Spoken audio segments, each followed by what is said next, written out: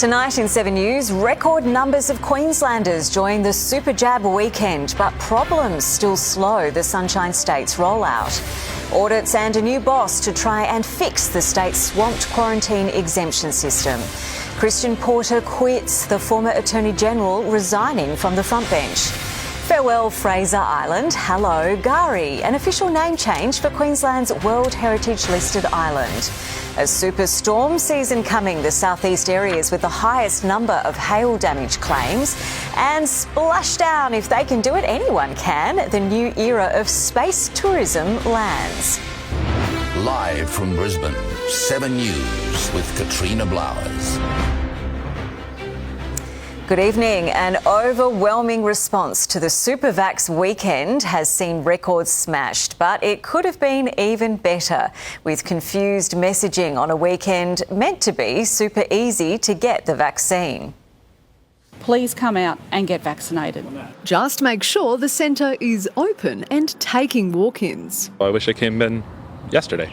Queenslanders rising to the COVID jab challenge. 31,004 Queenslanders turned up to get their vaccination. Keen to do it all again on day 2 of the Super Pfizer Vax weekend. We've got no limitation on the vaccine available. This despite Logan, Rockley and Capalaba running out of walk-in stock by midday yesterday. Some places did not expect that amount of demand to come. We apologise to the people where that happened. The Premier blaming states with COVID outbreaks for hogging vaccines. They've been given more supply. So, we're now getting the supply. Today, Boondall had a healthy amount of jabs on hand, doses dished out quickly at Doomben.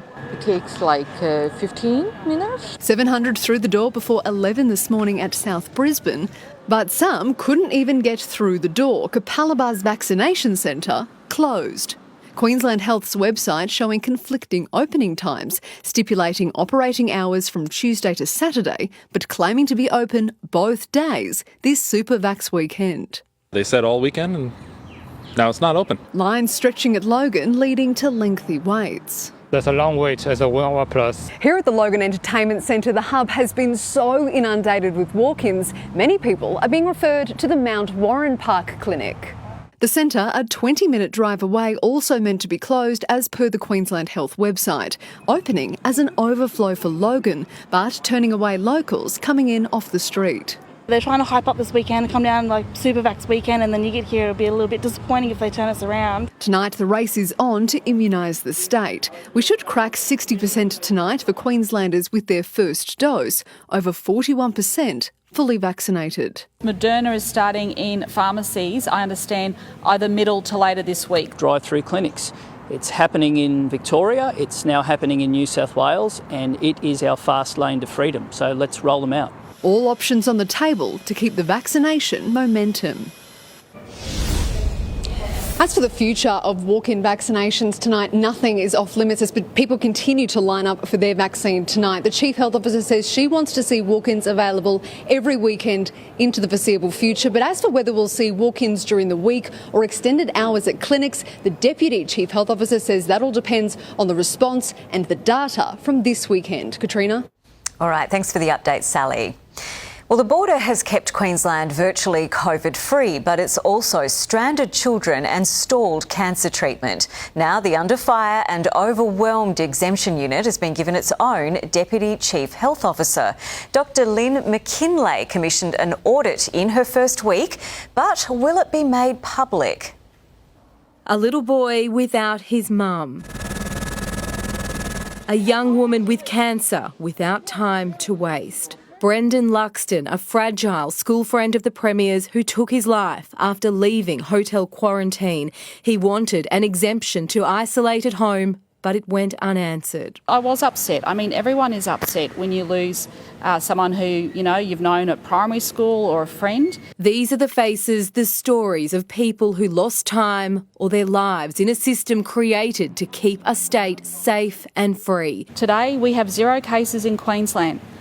I don't want to be standing here telling you we have 1,300 cases and 7 or 8 people are dying each day. I don't want that for Queensland. The exemption unit is growing. Another 13 doctors, nurses, social workers and a new boss, paediatrician and medical administrator Dr Lynn McKinlay. We did an audit just last week to make sure that we had looked at every exemption request. If there are situations where correspondence hasn't even been opened, well, that's deeply concerning for everyday Queenslanders. The audit found 500 requests hadn't been opened, but most of them were received no more than 48 hours earlier.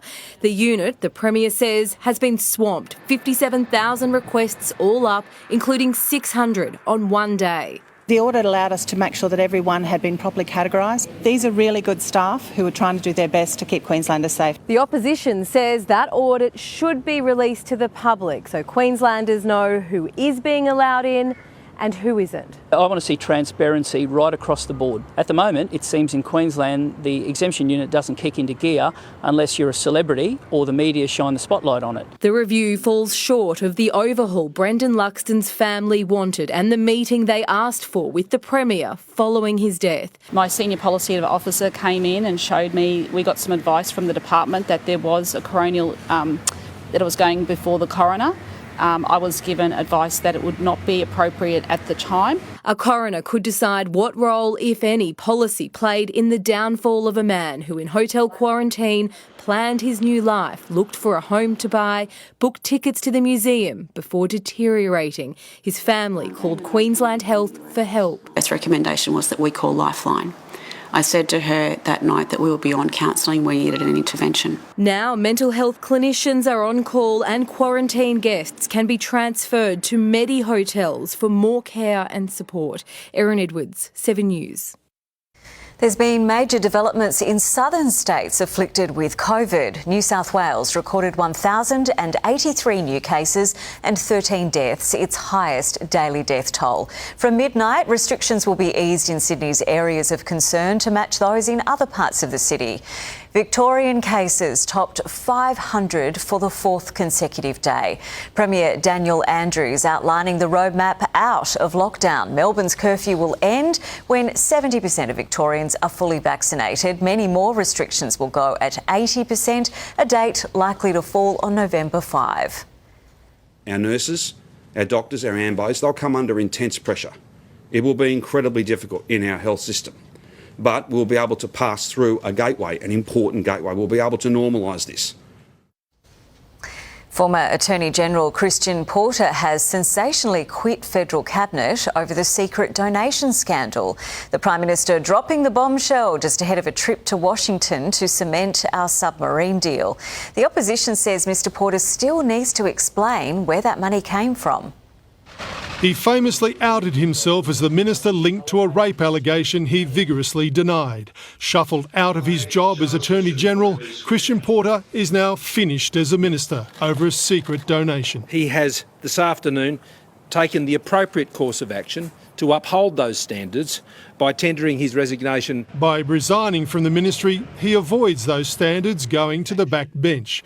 Mr Porter had put his career on the line, admitting that a blind trust had paid part of his legal fees in a defamation case against the ABC and journalist Louise Milligan. No other Australian citizen can set up a fund and not know where $1 million just goes into. The Prime Minister had ordered an investigation, but the secret remained a secret. Mr Morrison spoke to Mr Porter this morning, giving him two options: reveal the donors or resign from the ministry. His actions have been about upholding the standards. This fails the laugh test. Labor says despite resigning as a minister, Mr Porter still has an obligation to reveal where the money for his defence came from. Members of Parliament, as well as ministers, just can't accept money from anonymous donors. And if Mr Porter doesn't, Labor says he would no longer be fit to be a Member of Parliament.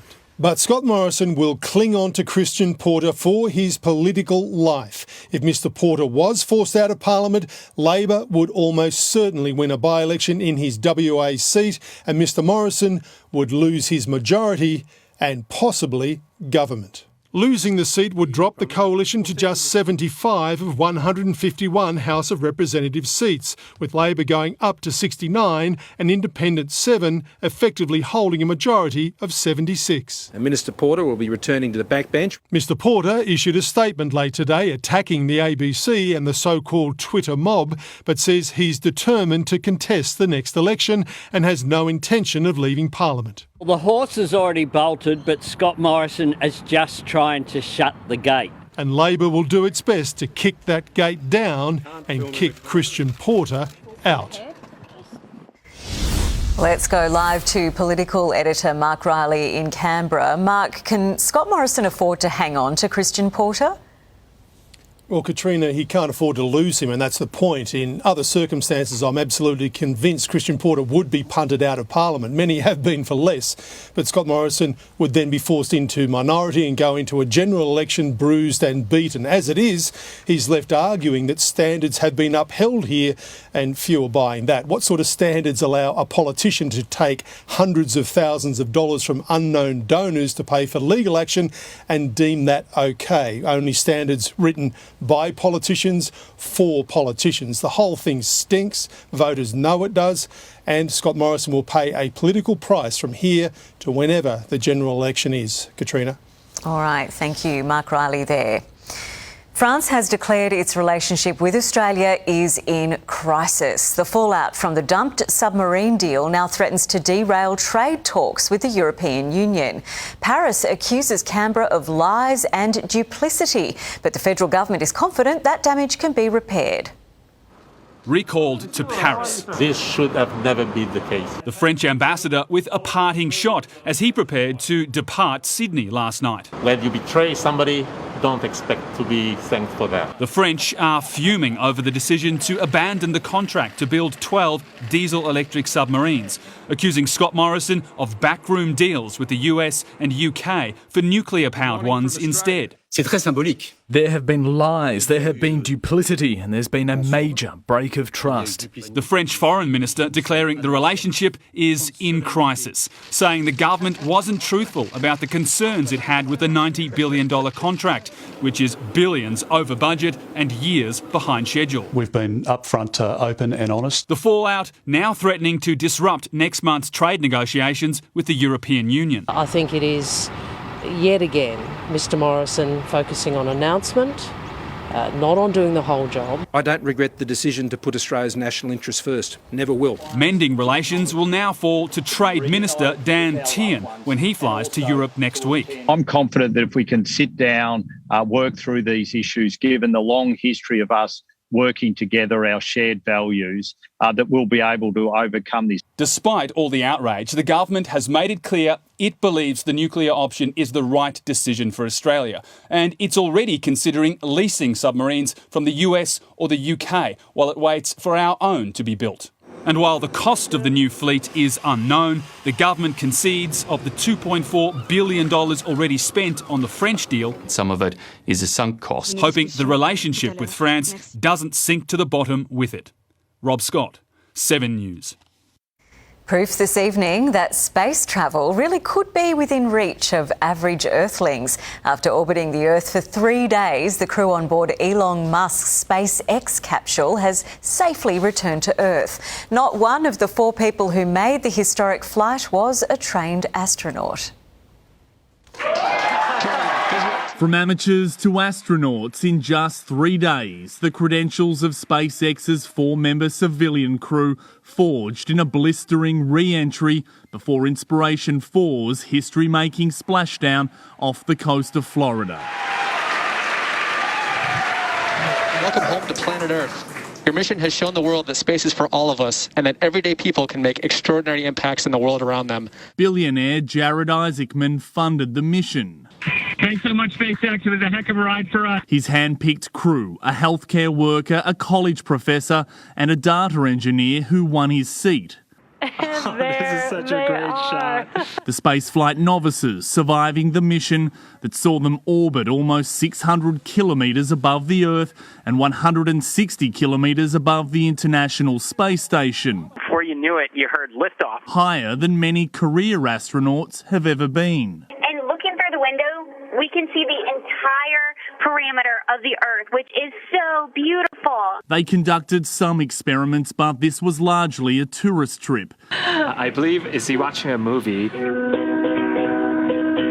Raising millions for a US children's hospital along the way, earning them a welcome congratulations from the SpaceX CEO, who's eyeing off a whole new world of private space travel. In the United States, David Woywood, 7 News. As debate rages over the use of shark nets following several recent whale rescues off the Gold Coast, New South Wales is about to launch the world's largest high-tech shark management program. It involves deploying drones and smart drum lines at beaches south of the border.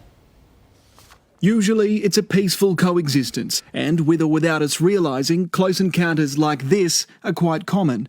Sadly to have ended in tragedy this year, underpinning a $21 million spend on new safety technology. To give New South Wales beachgoers the most protection that we can offer. Between Newcastle and Wollongong, shark spotting drones will be deployed at 50 popular beaches. 170 smart drum lines will be strategically anchored, up from 35. These floating baited hooks send alerts when something's been caught. More sharks will be tagged and monitored by 37 listening stations, these big boys tracking their locations. It's a great step in the right direction. We're excited about some of the new non-lethal technologies. As for shark nets, the numbers won't change. They'll stay in place at 51 beaches, based off an idea conceived in the 30s. The well-known shark-proof enclosure at Coogee Beach, New South Wales. In the 2020 to 2021 season alone, they killed off 89% of non-target animals. Rays, dolphins, turtles among them. 7 News understands 6 out of New South Wales' 8 coastal councils that have shark nets have actually written to the state government asking for those nets to be removed from their waters. I could see a day, potentially years and years in the future, where maybe those shark nets are branded obsolete. But not before they're satisfied these modern methods are proven. Tom Hartley, 7 News. Now let's take a look at the weather. And Tony, what a finish to the weekend. Katrina, some beautiful weather conditions right across the southeast today, and still pretty mild here at Southbank this evening. Still a few families out and about enjoying these conditions. Let's get in and check the numbers. It was a mild night, then all tops were above average today, 15 to 28 degrees here in Brisbane, a top of 29 degrees at Archerfield and Greenbank, while Gatton topped the list on 31 degrees. How long will this warmth hang around, Katrina? I'll be back soon with the forecast. All right, see you then. Well, storm season is just weeks away, so which suburbs have been hardest hit by hail? We have the Southeast rankings next. The world's largest sand island gets a new name, Fraser Island or Gari. Where do you stand? Sick of political texts? You can help to outlaw them. It might be on its way. And it should never have happened. In flashback, the morning 2 Southeast trains ended up on a collision course.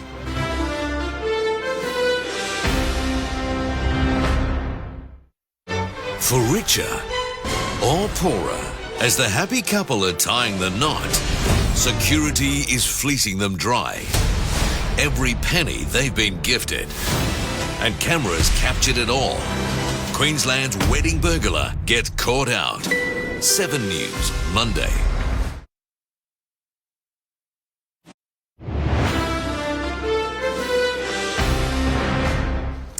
A man is in hospital after a paragliding trip in the Gold Coast hinterland. The man in his 50s suffered chest, arm and spinal injuries after a heavy landing at around 10:30 this morning. The man was airlifted to Gold Coast University Hospital in a stable condition. New data has revealed the Gold Coast and Logan regions have been the worst hit by wild storms in the past year. Higher than average rainfall is expected to smash the state this wet season, and some homeowners still aren't prepared. Queensland's storm season could get even more wild. That's right through the spring period and into summer as well. The Weather Bureau predicts a 60 to 70% chance the state will exceed its average rainfall figures this season. Brisbane's average rainfall is usually 200 to 300 millimetres. Our outlook is suggesting there's a 50% chance of seeing more like 300 to 400 millimetres during that period for the Brisbane region itself. A cyclone could reach the coast. Sea surface temperatures out in the Pacific Pacific Ocean are approaching La Nina thresholds. This will be the main impact on our climate for the next few months, likely bringing wetter than average conditions. In the past 12 months, 5,200 NRMA storm home insurance claims were made in Queensland. Gold Coast and Loganbow Desert were hardest hit regions. Springfield Lakes, Greenbank and Ningi were the most impacted areas. We're seeing top down and top bottom up water damage. NRMA Insurance says Queensland is the country's most prepared state for storm season, with 1.4 million households ready. But there are still 600,000 residents who feel unprepared. The advice is check your roof condition, clean gutters, cut back trees and secure loose items in the backyard before storm season. Crystal Etherington, 7 News. A bill will be introduced to the Senate aimed at preventing political parties from spamming the phones of millions of Australians. The legislation from the Centre Alliance Party comes in response to the thousands of complaints made by people who received unsolicited text messages from Clive Palmer's United Australia Party. The bill proposes to give people the ability to unsubscribe from political messages. Fraser Island, no more. The world's largest sand island has been renamed Gari on the World Heritage List. It means paradise to the local people. Endless coastline, crystal clear water where beach meets the bush. Paradise by any other name, now officially. Tears as formerly Fraser Island was restored to Gari on the World Heritage List, as it's been known to traditional owners forever. It just lit up our faces. Even as you could see, most of us are getting older and we're not going to be here to see the rest. We got the future here right with us. It's just so emotional. It's a thing that I cannot describe, but it's just wonderful. Previously named after Eliza Fraser, a shipwreck survivor in the 1800s who was saved by the Butchulla people. She then peddled a story of harsh treatment, which led to the locals' massacre and dispossession. It's been something our elders have been advocating for a long time now. In 2017, the national park was renamed, acknowledged in a 2018 visit by royalty. It's wonderful to be here today on Gari or Fraser Island. The next step to change it on the map. Both the Commonwealth Minister and myself have approved this process, and now it will be going through the Department of Resources process of the Names Places Act. Protecting paradise and the world's oldest continuous culture for years to come. Georgie Chumley, 7 News. A new potential threat to the southeast dwindling koala population. How a mosquito-borne virus is infecting 4 out of 5 koalas. School holiday makers make a beeline for the beach, so why are the vacancy signs still out? The new blood test giving women early warning about threats to a pregnancy. And Brisbane celebrates one of the most important dates on the Chinese calendar.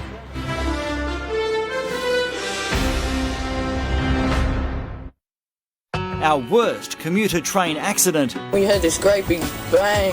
Why it's back in the spotlight. Flashback, 7 News, coming up soon.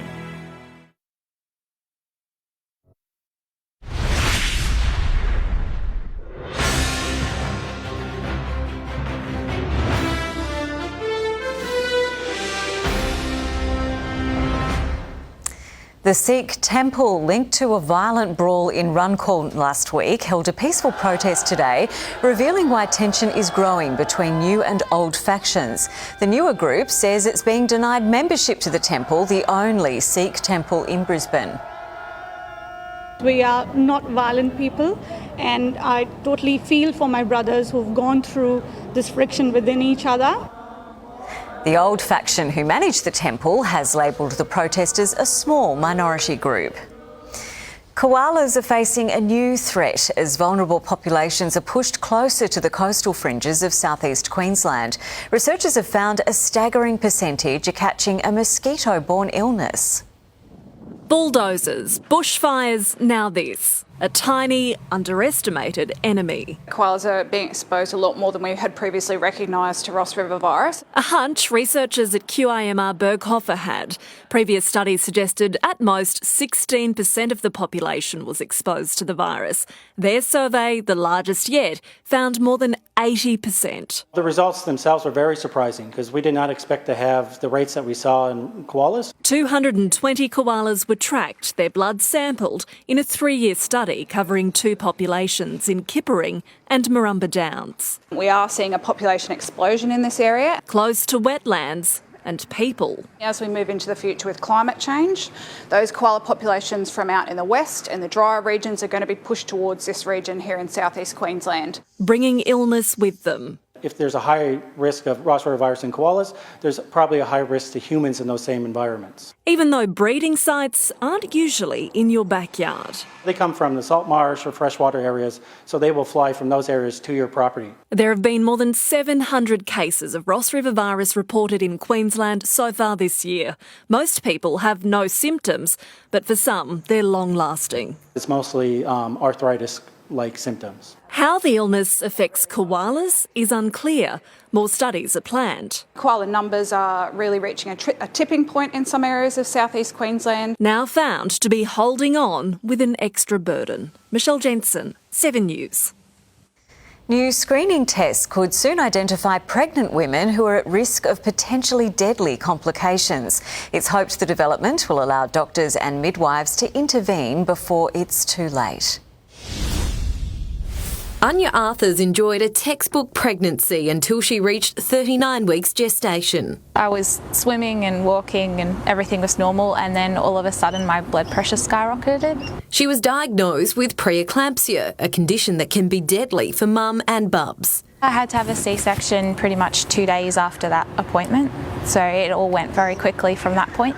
It's a common pregnancy complication along with gestational diabetes, preterm birth and intrauterine growth restriction. Over 30% of women in Australia have one or more of those 4 complications. During early pregnancy, there can be no warning signs, but now researchers from Flinders University believe they've found a way to identify mums who are at risk. There are factors that are secreted by the placenta into mum's blood that we can measure and then in real time say how healthy that placenta is and therefore how healthy the baby is. As it's non-invasive, blood could be screened regularly, giving doctors and midwives the chance to act before it's too late. It's definitely close monitoring, but also for things like preeclampsia, low-dose aspirin every day from before 16 weeks of gestation, we reduce her risk by 50%. For Anya, that simple intervention could have made all the difference. Regardless, she's healthy now and her baby's thriving too. Gertie Sperling, 7 News. Tens of thousands of Queenslanders have spent the first weekend of school holidays at the beach. Traffic from the city choking major roads, but our hotels say they're still struggling to fill bookings. It's not quite summer, but at Whitewater World it looked like it. Kids of all ages splashing and sliding into the school holidays. I liked the green room. That was really fun. At Dreamworld, the car park was mostly full. Inside, show bags and a petting zoo that were meant for the Ekka. Oh, it's fantastic because I didn't get to go to the show. It's been really, really good. Weather's been fantastic and we've been packed, so really, really happy with it. Roads from Brisbane to the coast choked with traffic. Many headed to the beach. Enjoying the weather. I mean, you know, we went from winter to not really spring, it's almost like summer. More than 120,000 people packed the shores from Main Beach to Coolangatta. 6 swimmers needed to be rescued, 35 across the state. I think everyone's excited just to get back into the water, and maybe they threw a little bit of caution to the wind. While the coast is much busier than it has been, most people are day visitors from Brisbane. Many hotels across the city still sitting at 50% capacity or less. Border businesses in particular. We've also got tourists that could travel in from northern New South Wales, and our borders have been shut, leaving it to Queenslanders to holiday at home. Carly Madsen, 7 News. It's not just the property market in Brisbane and the Gold Coast going wild. What happened today on the Sunshine Coast when 70 homes went under the hammer? A surprise victory declared against one of the world's most feared conditions. Fancy a day on the water but can't afford to buy a boat, the new Airbnb type service to get you mobile. And in flashback, Brisbane's worst rail tragedy of the electric rail era, when two commuter trains ended up on the same track.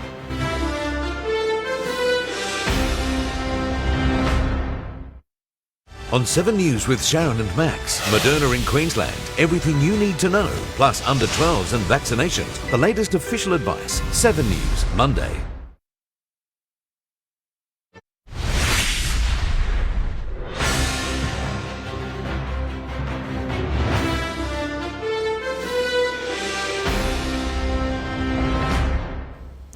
The Sunshine Coast's biggest auction day made its long-awaited return, with 70 homes going under the hammer today. Hopeful home buyers packed the room as auctioneers set a frenetic pace. Are we done? We sell. Congratulations. 50 properties worth $42 million were sold. The deadly Ebola virus that has ravaged Africa for decades looks to be finally defeated. The Congolese professor who first identified the disease 40 years ago says vaccines and medical treatments have made Ebola preventable and curable. The highly infectious virus has, up until now, almost always been fatal. As the countdown to summer gets underway, there's a new player on the boating market. It's an Australian-first rental platform making holidays on the water more affordable and convenient. For the Wood family, an ideal getaway is spending time on the water, but the expense of purchasing a boat has been a drawback. Some of the hassles around potentially mooring something or storing it and taking up a lot of space. Instead, the family of four is keeping high costs at bay through the rental platform Book My Boat. The marketplace lets customers liaise directly with boat owners, including safety bonds and insurance in the higher price. They can be on the water tomorrow and they could be enjoying something that they couldn't otherwise do unless they owned a boat. And it comes as the amount of people signing up for a boat licence has surged. With almost 1 million recreational vessels on our waterways and more than 60,000 new licences rubber-stamped this year alone, authorities are warning drivers not to be complacent as temperatures rise and we come out of lockdown. There's been an increase in new boaters in the COVID period, which could lead to an increase in the risk of incidents and injuries and infringements out there on the water. With peak boating season approaching, congestion on our waterways will increase between Christmas and Australia Day. Authorities say having protective equipment such as life jackets, torches and sound signals is key. Make sure you allow plenty of time for launching and retrieving your boats, getting in and out of boating facilities like wharves and jetties and boat ramps. Don't be complacent, always be on the front foot. As the engine warms up for summer. Angelique Opie, 7 News. Woodridge residents will never forget the sound. Two commuter trains collided head-on at Trinder Park. It's the worst rail disaster in the southeast in the modern era. Now the notorious section of line is back in the news. That is just ahead in flashback. But time for sport now with Shane, and the Wallabies are on a bit of a roll. Yes, that's right, Katrina. They're now ranked 3rd in the world. Hello, everyone. Coming up, our cricketers arrive in Brisbane. Penrith escape an Eels ambush in Mackay. But why did Parramatta's coach claim conspiracy? And is this the greatest catch in cricket's history as a 20-year-old slaps a six back in field?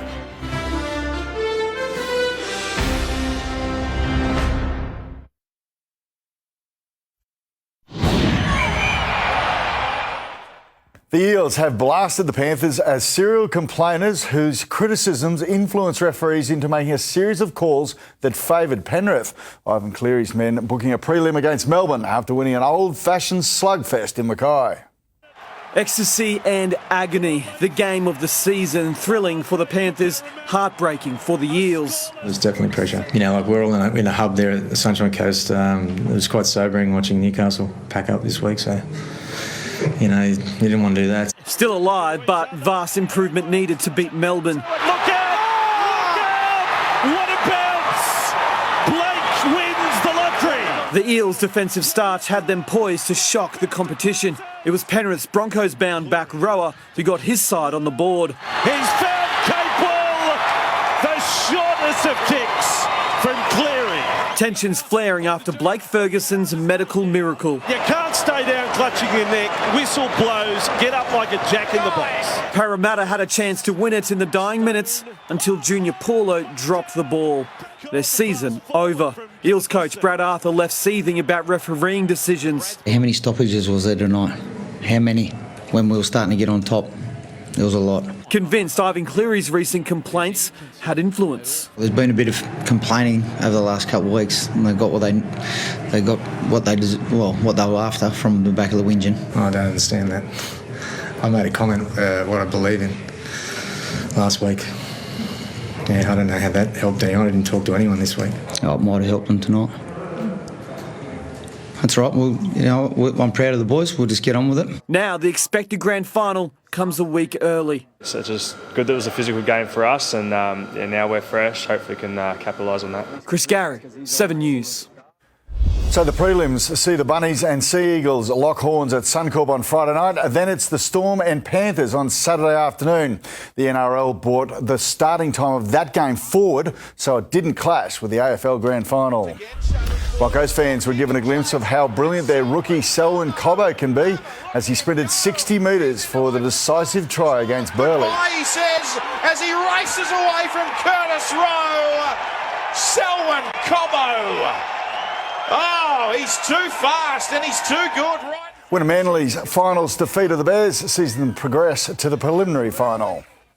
The Brownlow Medal will be awarded tonight and in unusual circumstances with multiple red carpets, including one at the Gabba, although no Lions players are in the hunt to take out the award this year. You can watch the event after the news on 7 Mate. Ranked a lowly 7th just months ago, the Wallabies have rocketed up to number 3 in the world standings after last night's 30-17 win over the Springboks. The 13-point victory at Suncorp was Australia's biggest win over South Africa since 2011. A pair of wins against the world champions inside a week. The red-hot Wallabies in a purple patch not seen for years. I thought we were clinical. Australia's starch in defence kept the Boks under the hammer. The attack delivering in spades. 2 tries to 1 in an absorbing second half. A 61st minute effort evoked memories of the great David Campese, delivered by a prop. No look away for Marika. Come on, Betty. Tupou, are you kidding? Quade Cooper's return last week was no flash in the pan. The veteran's in peak form and isn't going anywhere. I think Quade's been really disciplined. He's got a real clear understanding of what we're trying to put on the park. We're very happy with him. A new fullback, though, needs to be sourced after Tom Banks broke his arm. James O'Connor is a big chance. He's come back in fantastic nick and, again, another very experienced player. Suncorp, a true rugby fortress. The Wallabies now 10 from 10 at the old Lang Park. A lot of yellow in the crowd, a lot of gold in the crowd, I should say, so... No, we love playing up here. New Zealand snatched South Africa's world #1 ranking and placed one hand on the Rugby Championship trophy after easily accounting for Argentina. The ball out of the back of the hand to Tupou. And our women's cricketers are off to Mackay for their 3 one-day internationals against India. Their world record-winning ODI streak stands at 22. We probably haven't spent a lot of time speaking about it, to be honest, particularly heading into this series. It's just been so hectic coming out of hotel quarantine. Coverage from Tuesday on the screens of 7. Ben Dobson, 7 News. And this outfield catch in England's national T20 final is being hailed as the greatest take in the sport's history. Jordan Cox slapping the ball back in field to a teammate. Oh no! Oh, that's unbelievable! That is utterly incredible. Cox, just 20, also hit an unbeaten half century to steer Kent to a championship. He had a pretty good day, didn't he? Everyone's going to expect that every day now. Thanks, Webby. No worries. Crowds have gathered at Strathpine to celebrate the Chinese Mid-Autumn Moon Festival, also known as Chinese Thanksgiving. The 3,000-year-old festival is now celebrated right across Asia. It's a time for families to reunite, light lanterns and eat mooncake. We celebrate this diversity of our communities. It's the second most important festival on the Chinese calendar. It's the southeast's worst electric train crash, how Woodridge residents came to the rescue when 2 services collided. We flash back to that day in 1985 next. And a warm then windy couple of days ahead. I'll have the forecast coming up next from here at Southbank.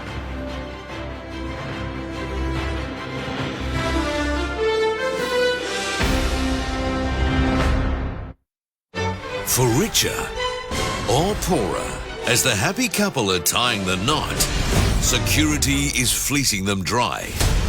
Every penny they've been gifted. And cameras captured it all.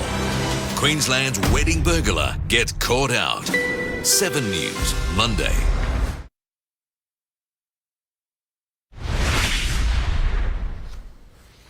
Tonight in flashback, the southeast's worst electric train disaster. In 1985, 2 commuter trains collided head-on in Logan. Now that exact location of the accident is back in the headlines. Max Futcher reports.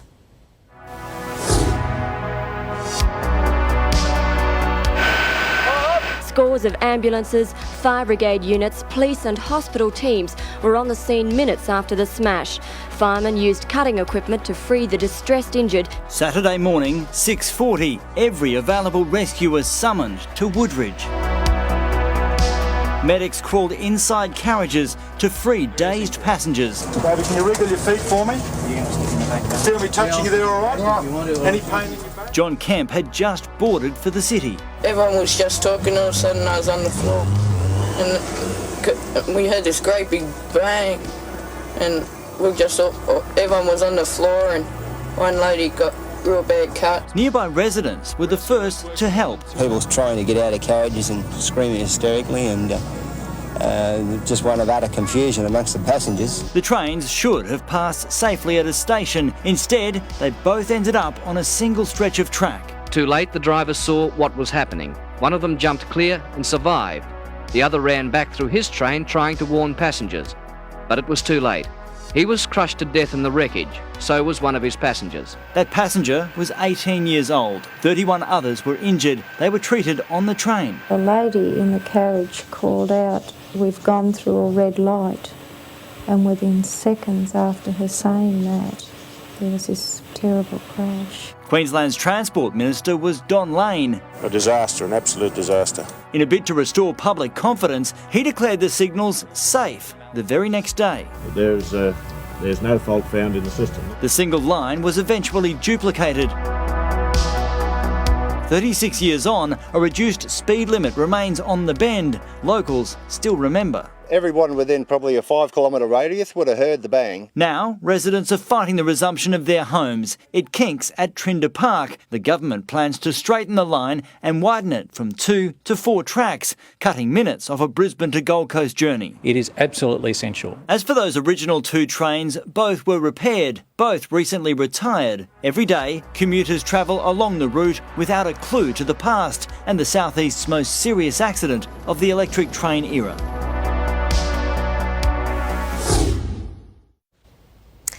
Time for the weather now. And Tony, what can we expect for the week ahead? Katrina, we're expecting a bit of variety in our weather over the next few days. Staying warm tomorrow with 1 or 2 drops of rain possible in a couple of spots, then cooler and windy through the middle parts of the week. But first, today, beautiful sunny skies, temperatures well above average right across the region.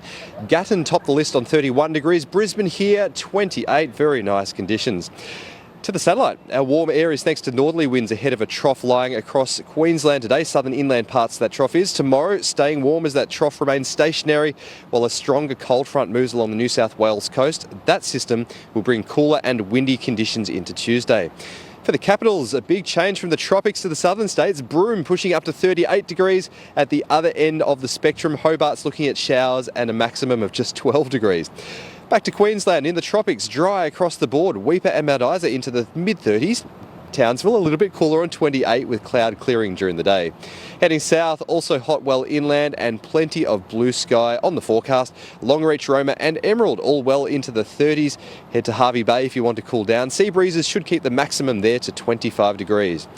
Across the southeast, some early fog inland, then a sunny morning before cloud thickens in the afternoon, and we could even see the odd shower developing, most likely inland, but the odd one could push across the coast in the late afternoon and evening. They will move through quickly if you do get one. Staying warm on the coast, and I'd call it hot inland. Tops of 26 or 27 by the Bayside. Oxley tracking for a maximum of 30 after dropping to 12 overnight. If you're keen to take the boat out, winds picking up and a strong wind warning has been issued for Moreton Bay. North-northwest to 15 knots early, turning north-northeast up to 25, even 30 knots in the afternoon. That will whip seas up to 2.5 metres. So here in Brisbane, possible early fog, possible late shower, but the main story was the warmth and morning sunshine, 15 to 29 degrees. Then a rude shock into Tuesday, cooler and windy, possibly the strongest westerlies of the year. Gusts up to 70 k's an hour will make the top of 23 feel up to 10 degrees cooler. In Ipswich, you'll also want to hold on to your hats on Tuesday. Winds easing on Wednesday, back to 25. Gold Coasters staying, well, cooler into Wednesday and Thursday. And on the Sunshine Coast, warming up at the end of the week after that cooler change. So, Katrina, a little bit of everything on the way through the next week. Tony, that is all from us this Sunday. Thanks so much for your company. We will have updates throughout the evening, but for now, from all the team, have a great night.